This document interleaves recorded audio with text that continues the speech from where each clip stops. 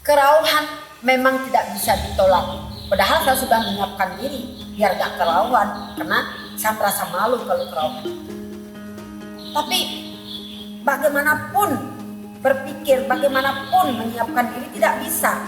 Langsung seketika itu saya merasakan getaran-getaran yang di luar nalar saya sendiri. Om Katyayana Cawit Mahe Kanya Kumari Dimahe Tano Durge Prachodaya. Om Durga Dewi Namah. Om Durga Dewi Namah. Om Durga Dewi Namah.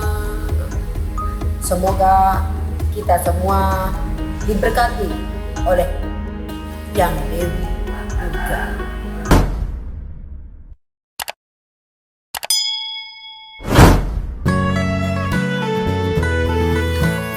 Om Swastiastu, saya ucapkan terima kasih yang setia menonton video-video saya di channel Penganyam.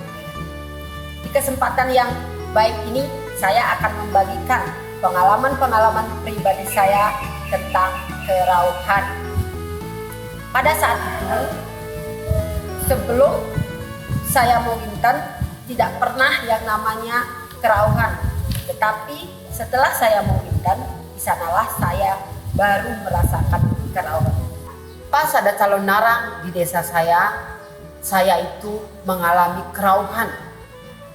Dari sanalah keluarga saya dan suami saya itu merasa malu mengajak saya untuk pergi ke pura di desa saya.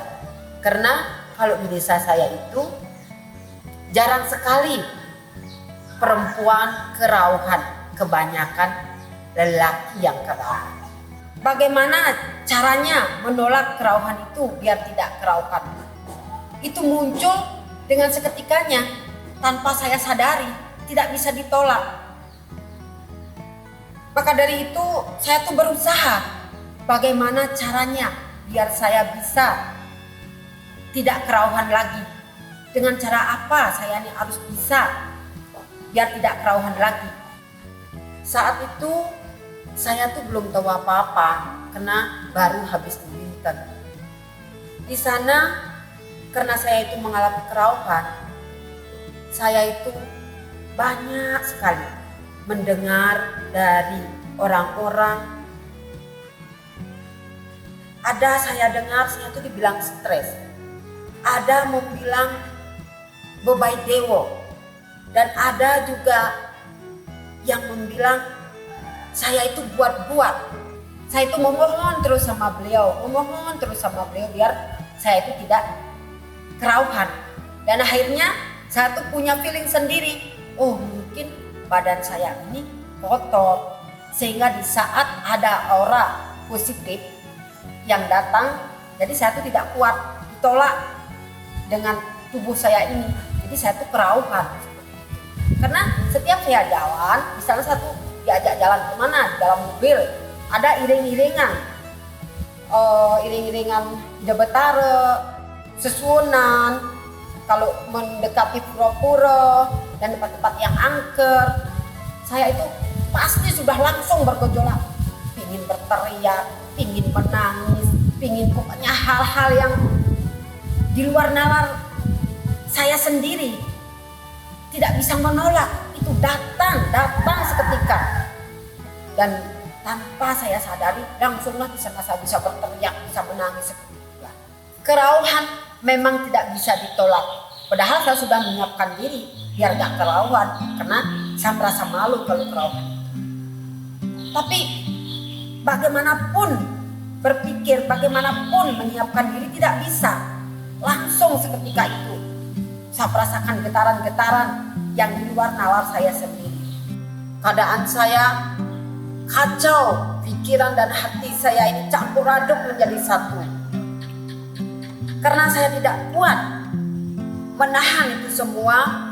Karena kerauhan ini yang saya alami bukan hanya di saat ritual aja.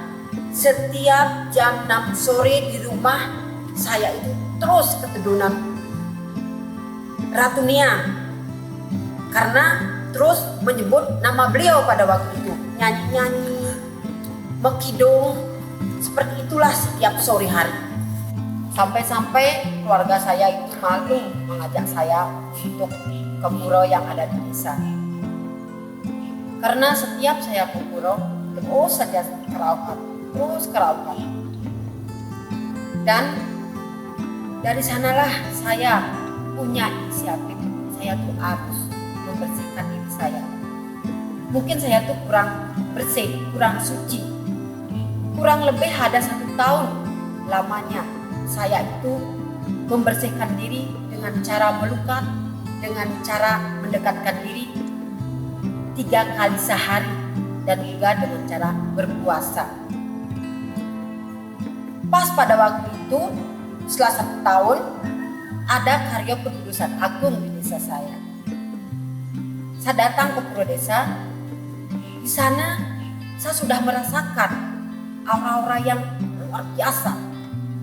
Sudah ingin teriak, sudah ingin menangis. Tapi di sana satu memohon sama beliau, tolong kuatkan saya Tuhan, biar saya tidak kerauhan, biar keluarga saya tidak malu. Di sanalah kemujizatan Tuhan itu yang saya dikasih luar biasa. Saya itu tidak kerauhan, dan di sanalah saya merasa terharu, dan saya mengaturkan suksema kepada beliau yang berstana di Indonesia. Akhirnya di sana saya bisa tidak kerauhan, dan saya pun bisa membantu orang untuk menetral kerauhan. Pada saat itu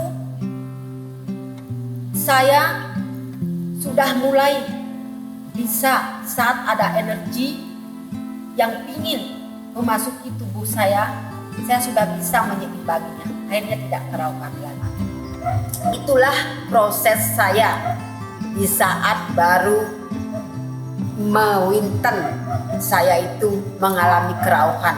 Memang itu tidak bisa ditolak dan tidak bisa diminta.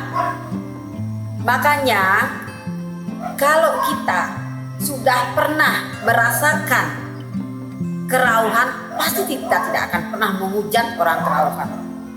Karena itu tidak bisa, benar-benar tidak bisa ditolak. Saya sudah sering mencoba untuk menolaknya, tidak bisa. Makanya saya kalau melihat orang kerauhan itu, kalau memang saya bisa bantu, pasti saya bantu.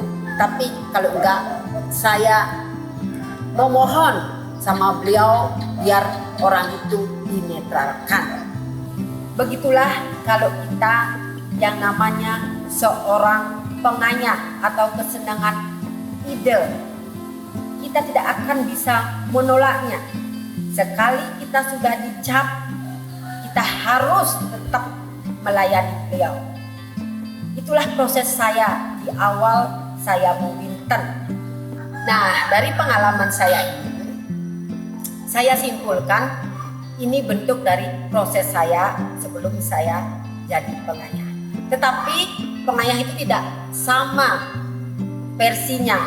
Ada yang sebelum mewinten kerauhan dan ada juga yang setelah mewinten kerauhan. Itu tidak sama. Buat yang tidak berkenan, tolong diabaikan. Karena ini pengalaman pribadi saya. Seperti yang saya bilang tadi, proses dan versinya tidak sama setiap penganyah. Pada video berikutnya, saya akan bagikan pengalaman saya menetral orang yang kerauhan atau membantu orang yang kerauhan. Maka dari itu, jangan pindah channel, tetap di channel penganyah. Nah, sampai di sini cerita saya nggih. Lain kali saya sambung lagi, dan bagi yang pemula jangan takut, tetap kuat, tetap semangat. Inilah cobaan dan godaan sebagai seorang pengayah. Santi, santi, santi.